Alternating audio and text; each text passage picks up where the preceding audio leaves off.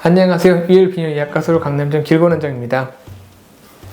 원장님, 최근에 이제 매독이라는 성병이 우리나라에서 발병률이 좀 급격하게 늘고 있다고 하더라고요. 매독이라는 성병은 정확히 어떤 질환일까요? 매독은 트레포네마 팔리디움이라고 하는 그 균에 대한 그런 감염증을 얘기를 하는 겁니다. 트레포네마 팔리디움이라는 균은 보통 이제 두 가지를 통해서 많이 감염이 되는 것 같아요.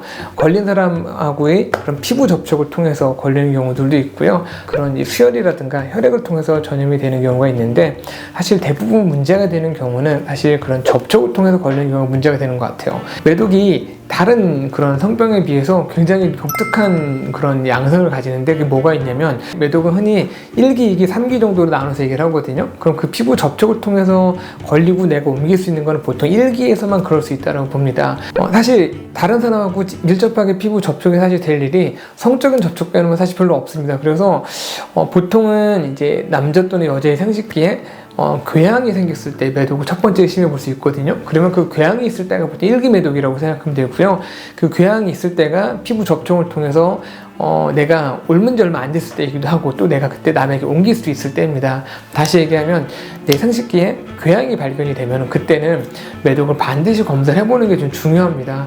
매독에 대한 검사는 초기에는 그런 이제 PCR 검사 같은 걸 통해서도 확인할 수 있기도 하고요.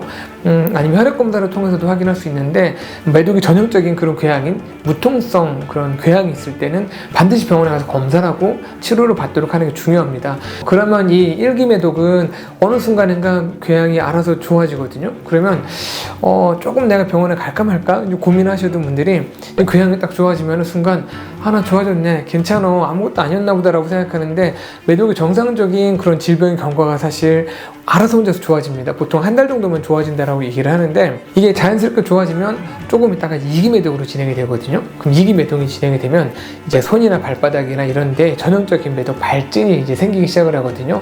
그때쯤 되면은 사람들이 이제 매독을 이제 피부병으로 인식을 하는 경우도 사실 꽤 있습니다. 그래서 왜 이렇게 내가 손발에 홍반이 생겼지? 이래서 검사를 해가지고 발견이 되는 경우들도 있는데, 이때만 치료해도 사실 그렇게 문제가 되지는 않습니다. 그런데 3기 매독부터 가게 되면 여러 가지 신경 매독이라든가 그런 데도 갈 수 있기 때문에 매독이 진짜 만성적인 경과를 가고 굉장히 오랫동안 잠복해 있을 수 있고, 그걸로 인해서 남에게 내가 또 전염을 시킬 수 있는 이유도 되거든요. 그래서 가급적이면은 매독은 1기나 2기에 찾아서 치료하는 게 중요하고요. 따라서 내가 좀 매독이 좀 걸릴 만한 애매한 접촉이 좀 있었고, 생식기에 뭔가 좀 통증은 없지만 뭔가 좀 까진 것 같은 그런 궤양이 생겼다라고 하면은, 그런 부분에 대해서는 꼭 병원에서 검사를 하시는 게 좋고, 내가 거기서 그 궤양이 가라앉았다라고 해서 괜찮다라고 생각하지 마시고 그 이후에도 꼭 검사를 해보시고, 만약 또 내가 가라앉았는데 또 때마침 발진이 생기는 것 같다, 그럼 그때는 반드시 꼭 가서 검사를 한번 해보시는 게 중요할 것 같으니까요.